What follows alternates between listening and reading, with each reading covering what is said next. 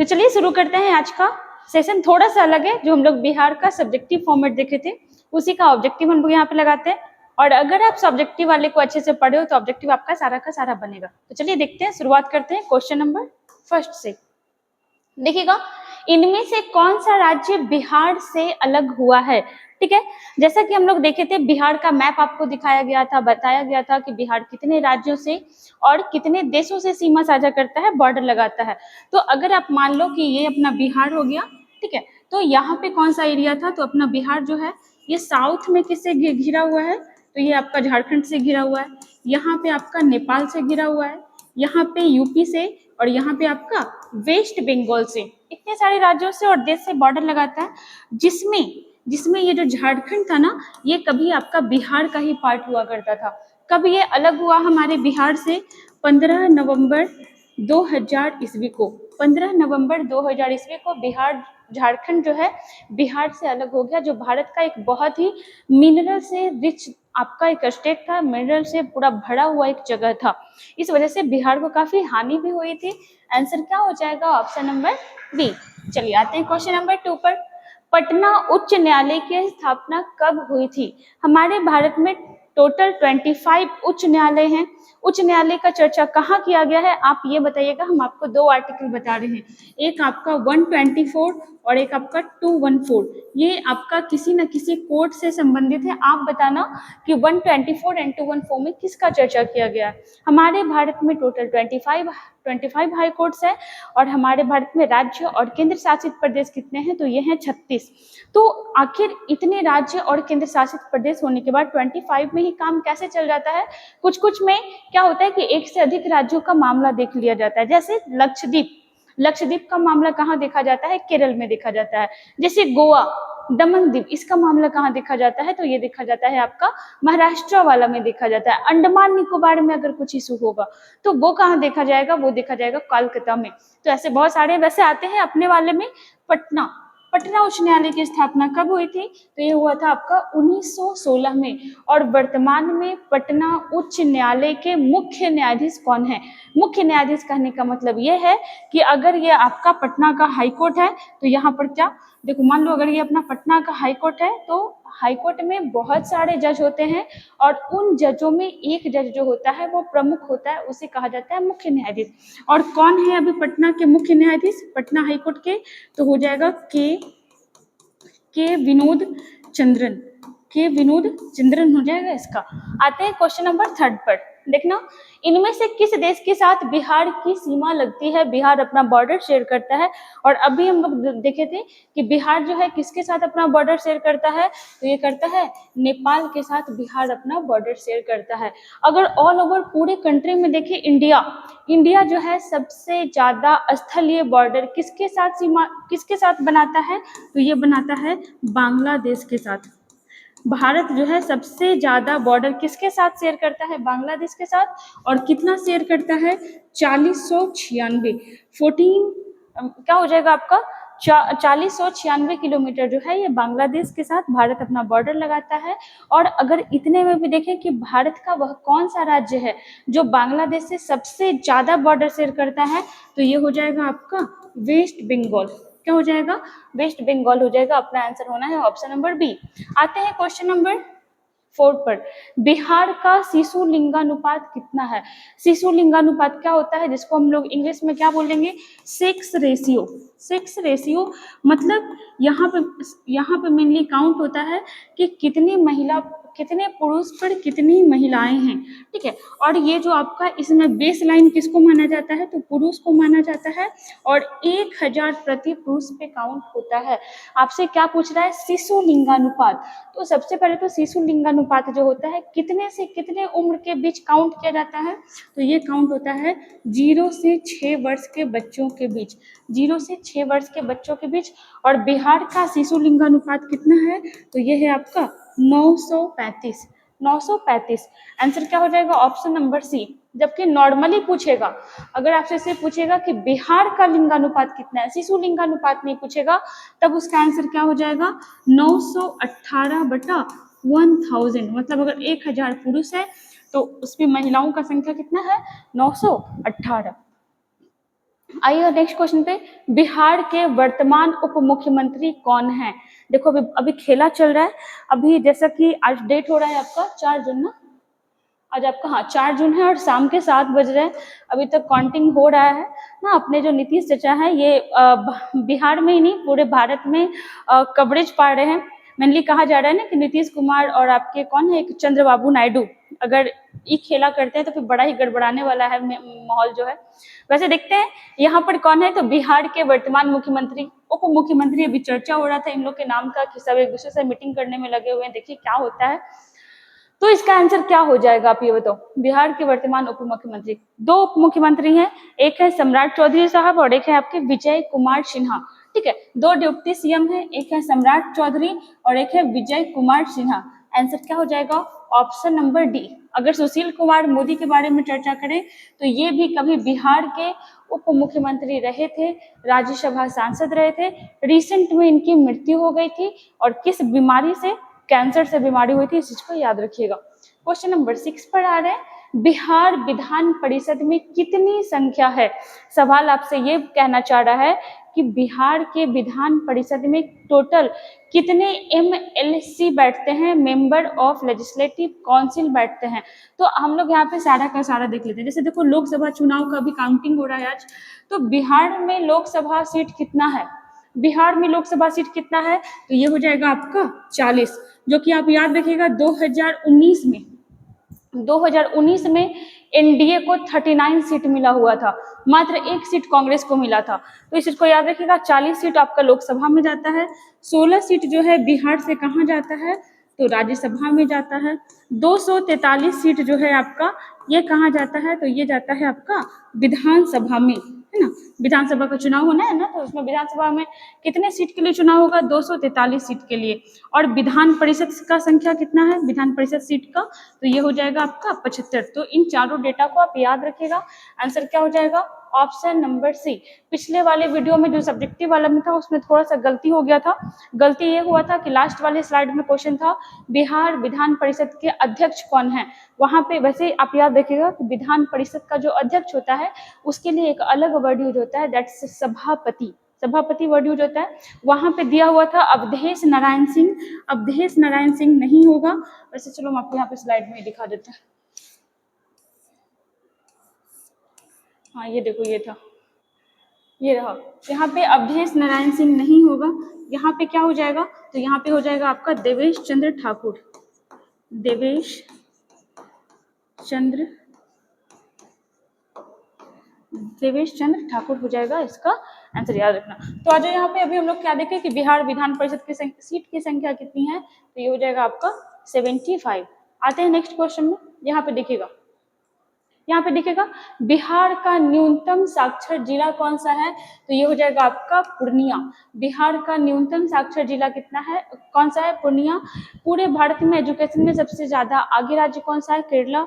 अपना बिहार सबसे पीछे है। और बिहार का साक्षरता रेट कितना है? 61.80%। 61.80% जो है अपना बिहार का लिटरेसी रेट है। आंसर क्या हो जाएगा? Option number B. नेक्स्ट में आइएगा, बिहार में एकमात्र एम्स कहाँ है? एम्स क्या होता है? तो ये आपका एक प्रकार का हॉस्पिटल है, कॉलेज है। फुल फॉर्म देखिएगा, all India institute of medical science. All India institute of medical science. और एकमात्र एम्स पटना में है। और दरभंगा वाला तो राम जाने कब से बन रहा है और कब बन के निकलेगा। ठीक है, तो अभी पटना में फिलहाल है और एक आपका दरभंगा में है।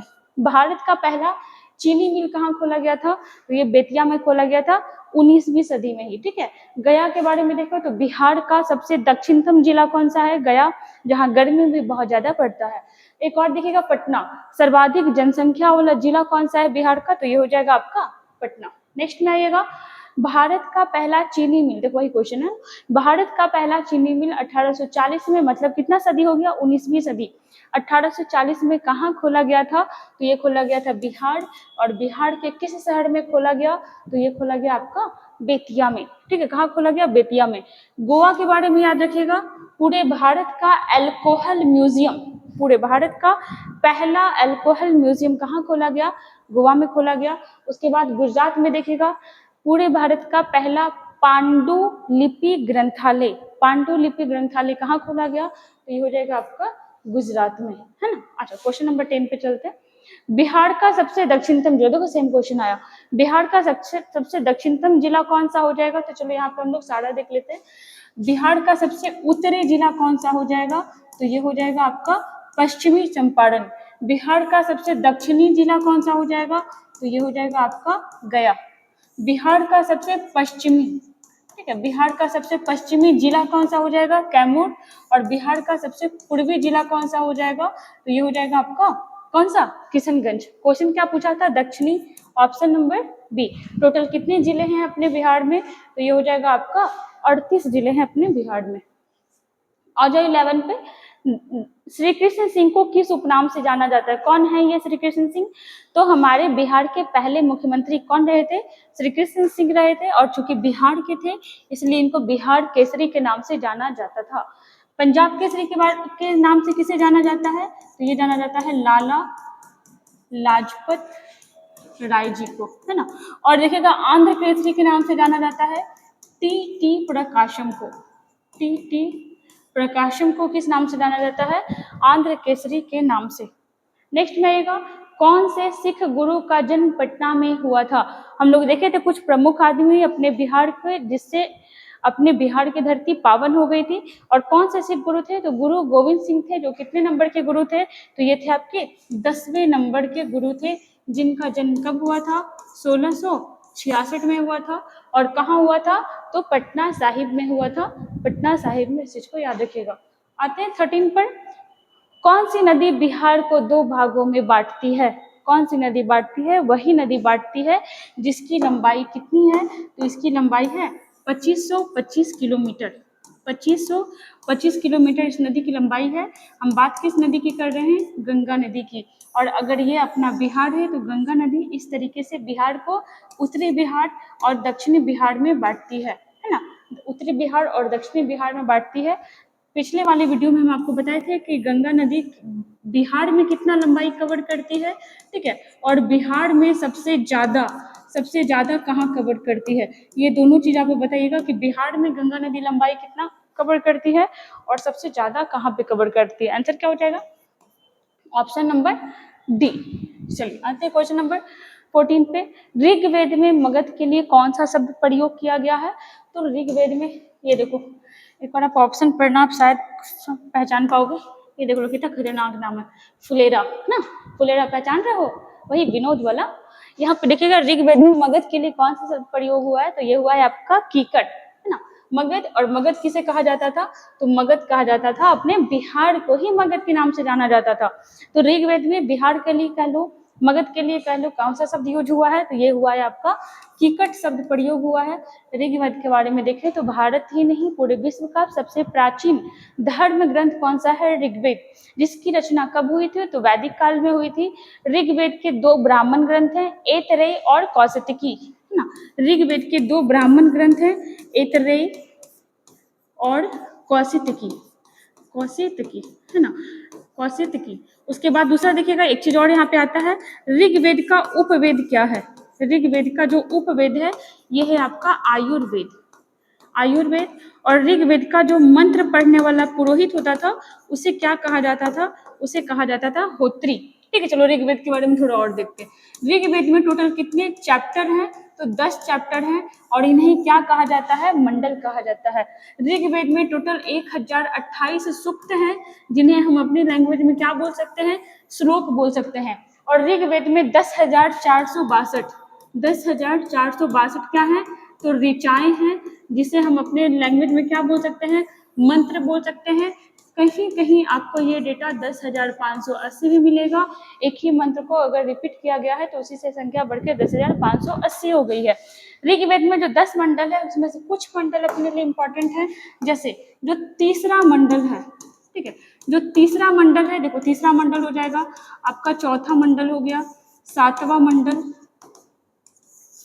मंडल और आपका 9वां मंडल, और फिर आपका 10वां मंडल इंपॉर्टेंट है। तीसरे मंडल में किस चीज का चर्चा किया गया है? गायत्री मंत्र का चर्चा किया गया है, ठीक ना। चौथे मंडल में किस चीज का चर्चा है? तो चौथे मंडल में चर्चा है कृषि का। 7वें मंडल में चर्चा है किस चीज का? तो इसमें चर्चा है आपका दशराज्य युद्ध का। दशराज्य युद्ध, दशराग्य युद्ध क्या था? तो 10 राजाओं के बीच में परुसनी नदी के तट पे ये युद्ध लड़ा गया था, जिसमें राजा सुदासे थे और भी अन्य लोग थे। 9वें मंडल में किसका चर्चा किया गया है? तो वनस्पति के देवता, और वो थे कौन? तो सोम देवता। और 10वें मंडल में चर्चा किया गया है चतुष्वर्णीय समाज का। चतुष्वर्णीय समाज, चतुष्वर्णीय समाज का चर्चा किया गया है। आंसर क्या हो जाएगा? Option number B. चलो आगे आते हैं। इनमें से कौन सा महाजनपद बिहार में नहीं था? बिहार में मेनली 3 महाजनपद थे, अंग महाजनपद, वज्जी महाजनपद, और आपका एक और हो जाएगा मगध महाजनपद, है ना। कौन कौन हो जाएगा? मगध हो जाएगा, अंग हो जाएगा, वज्जी हो जाएगा। कौन सा नहीं होगा? तो असमक होगा। और असमक जो था ये कहाँ पर था? ये था आपका दक्षिण भारत का एकमात्र जनपद, दक्षिण भारत का एकमात्र महाजनपद, जिसके बारे में आप 2 फैक्ट याद रखिएगा। यह आपका गोदावरी नदी के तट के पास स्थित था, गोदावरी नदी के तट पर।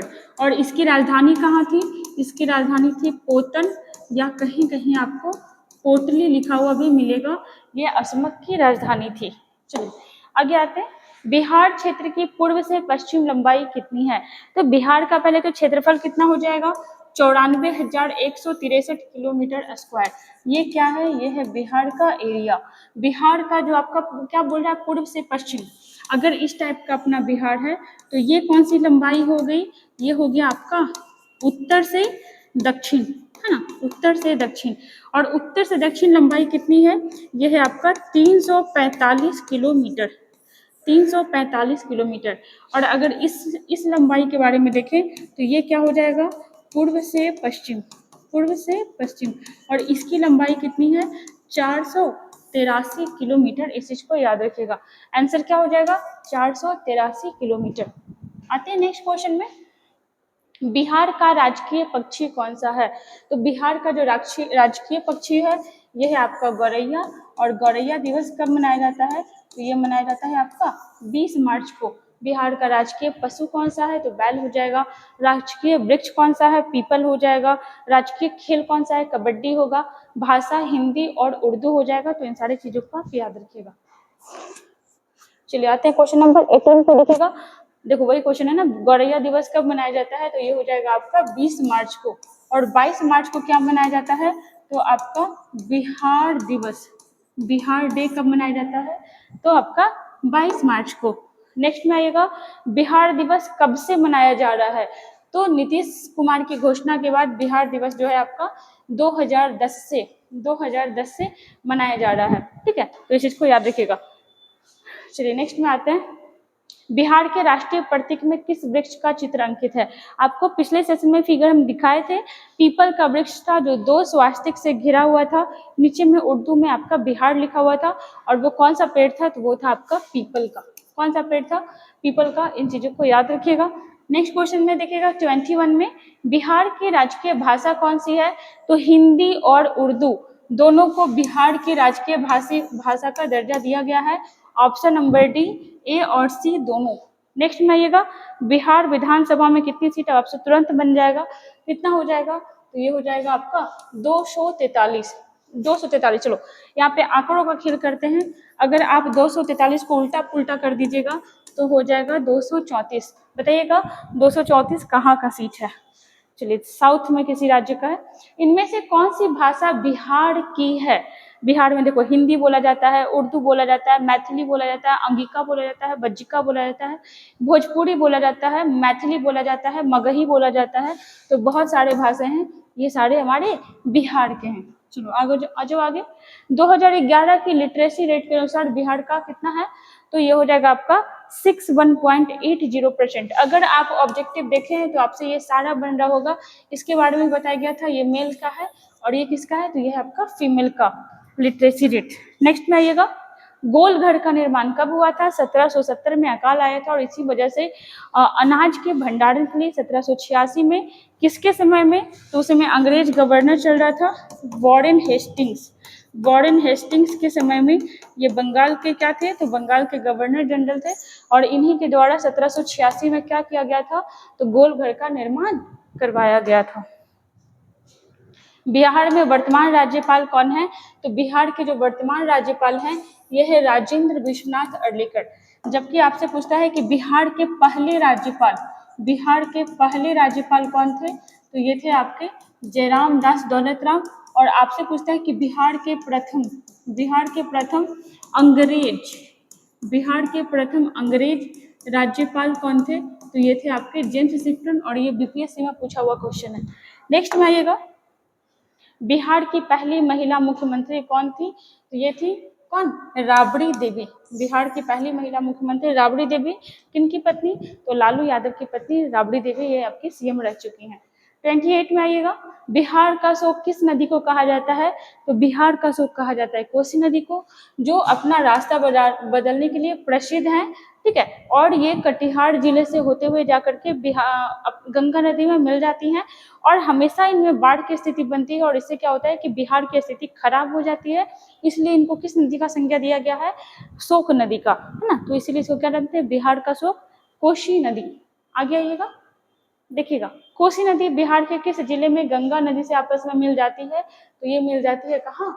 कटिहार में। कहाँ मिलती है? कटिहार में मिल जाती है। क्वेश्चन 30 देखिएगा, गंगा नदी बिहार में कितनी दूरी बहती है? ठीक है, तो जो गंगा नदी है ये बिहार में 445 किलोमीटर दूरी कवर करती है।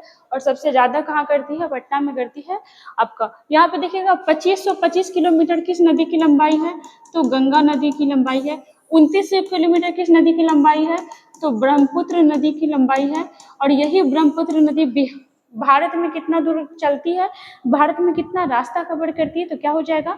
916 किलोमीटर। 916 किलोमीटर। 31 पे आना, बिहार में कितने जिले हैं? तो बिहार में जिले हैं 38। बिहार में कितने जिले हैं? 38 जिले हैं। और अंतिम नंबर का जिला कौन है? अरवल बना है। किससे अलग हुआ है? जहानाबाद से अलग हुआ है बिहार का ये जिला, है ना। आंसर क्या हो जाएगा? तो आंसर हो जाएगा ऑप्शन नंबर बी। आते हैं लास्ट 3-4 क्वेश्चन और बचे। शून्य की खोज करने वाले आर्यभट्ट का जन्म कहाँ हुआ था? तो शून्य का खोज जो गणित के क्षेत्र में एक महत्वपूर्ण इसका योगदान था। और इसका खोज कौन किया था? तो इनका खोज किए थे आर्यभट्ट साहब। और ये कहाँ के थे? बिहार के थे। अब देख लो कि बिहार की स्थिति कितनी अच्छी थी, कितने अच्छे अच्छे विश्वविद्यालय थे अपने बिहार में। वही बिहार जो आज हीन दृष्टि से देखा जाता है अन्य राज्यों के द्वारा। आप बिहारी हो, उसी समय लोग ये इस बात का अंदाजा लगा लेते हैं कि आप इलिटरेट होंगे। ऐसा बहुत सारे राज्यों का नजरिया है। और ऐसे बिहार की स्थिति हो भी गई है जिस वजह से लोग इतना हीन दृष्टि से देखते हैं। वही बिहार जो कभी बहुत आगे हुआ करता था, बड़े बड़े विश्वविद्यालय कहाँ थे? तो अपने बिहार में हुआ करते थे। चलो आगे आ जाओ, भारत का सबसे बड़ा रामायण मंदिर कहाँ बन रहा है? रिसेंट में अयोध्या मंदिर कहाँ बना? तो ये बना आपका यूपी के अयोध्या नामक शहर में ही बना। और पूरे भारत का सबसे बड़ा रामायण मंदिर, जहाँ पे रामायण के कैरेक्टर को, रामायण के स्टोरी को अच्छे से दर्शाया जाएगा, जहाँ पे आप फोटो के माध्यम से समझ सकते हो। और ये कहाँ बनाया जा रहा है? तो ये बनाया जा रहा है आपका पूर्वी चंपारण में। और कब तक कंप्लीट हो जाएगा? 2025 तक ये कंप्लीट हो जाएगा। नेक्स्ट में आइएगा, देखिएगा, महावीर स्वामी का जन्म कहाँ हुआ था? तो महावीर स्वामी का जन्म जो हुआ था कुंडग्राम में हुआ था। और ये जगह मेनली कहाँ पड़ता है? तो ये पड़ता है आपका वैशाली में। कहाँ पड़ता है? वैशाली में पड़ता है। वहीं आपसे पूछे कि गौतम बुद्ध का जन्म कहाँ हुआ था? तो ये पड़ता है नेपाल में लुम्बिनी। और यही किसका जन्म हुआ था? गौतम बुद्ध का। ठीक है, और याद रखेगा कि महावीर स्वामी की मृत्यु कहाँ हुई थी? तो पावापुरी में हुई थी। और जबकि गौतम बुद्ध की मृत्यु कहाँ हुई थी? तो ये हुई थी कुशीनगर में। कहाँ? कुशीनगर में, यूपी में पड़ता है। और पावापुरी कहाँ पड़ता है? तो अपने बिहार में। उसके बाद देखिएगा, न्यूनतम जनसंख्या वाला जिला कौन सा है? ये आप बताइएगा। ठीक है, देखिए हम आपको बताए हैं कि बिहार का सबसे ज्यादा जनसंख्या वाला जिला कौन सा हो जाएगा? तो बिहार का सबसे ज्यादा जनसंख्या वाला जो जिला है वो है आपका पटना। वो है आपका पटना। ठीक ना। चलिए, इसी लास्ट क्वेश्चन आपके लिए छोड़ दे रहे हैं। आपके लिए आई थिंक 4-5 क्वेश्चन आज का हो गया, कुछ नदी की है। ठीक है, तो आप देख लेना, 2-4 क्वेश्चन आपके लिए छोड़ के जा रहे हैं, जानबूझ के छोड़ा जाता है आपके लिए, ताकि आप उसको टाइप करो, आप उसको सर्च करो और आप उसको लिखो, तो आपको याद हो जाएगा देखने से, लिखने से। और आप पढ़ने वाले हो तभी आप इस वीडियो को देख रहे हो। नहीं तो आज का बच्चा तो बस 10 मिनट 10 सेकंड का रील्स देखता है, 20 सेकंड का रील्स देखता है, बस लाइफ एंजॉय कर रहा है। आप यहाँ पे हो इसका मतलब कि आप पढ़ने वाले हो, आप प्रॉपर नोट्स बना रहे हो। और यकीन मानो कि जब आप एग्जाम दोगे ना, तो आपको यहाँ से क्वेश्चन जरूर मिलेगा ही मिलेगा, क्योंकि यहाँ पे प्रीवियस ईयर क्वेश्चन लेकर के आते हैं, अच्छा खासा एक्सप्लेनेशन भी होता है, और क्वेश्चन से ज़्यादा एक्सप्लेनेशन आपके लिए जरूरी है। क्वेश्चन तो बस यूँ ही होता है, आप क्वेश्चन पर ध्यान मत दो कि आपको क्वेश्चन कौन सा लाया, क्वेश्चन में क्या हम आपको फैक्ट बता रहे हैं वो आपके लिए बहुत इंपॉर्टेंट है। ऐसे ही बने रहिए हमारे साथ, इसका आंसर आप बताना जरूर। और हाँ, अलग अलग कमेंट, अच्छा अलग अलग कमेंट भी करोगे चलेगा, वैसे एक ही कमेंट में अगर सारा का आंसर दे दोगे नंबरिंग करके तो ज़्यादा बेटर होगा, ठीक है। वैसे जैसा आपको कंफर्टेबल लगे आप लोग कमेंट किया करो आंसर का। यहाँ पे अपना क्वेश्चन और आंसर कंप्लीट हुआ। नेक्स्ट सेशन हम लोग फिर से लाएंगे, अभी आपका फिलहाल पहले तो स्टैटिक वाला आएगा, फिर टाइम मिलेगा तो फिर बिहार का दूसरा पार्ट भी आएगा और फिर से इसका ऑब्जेक्टिव आएगा। तो इसे बने रहिए मेरे साथ, मिलते हैं फिर नेक्स्ट वीडियो में।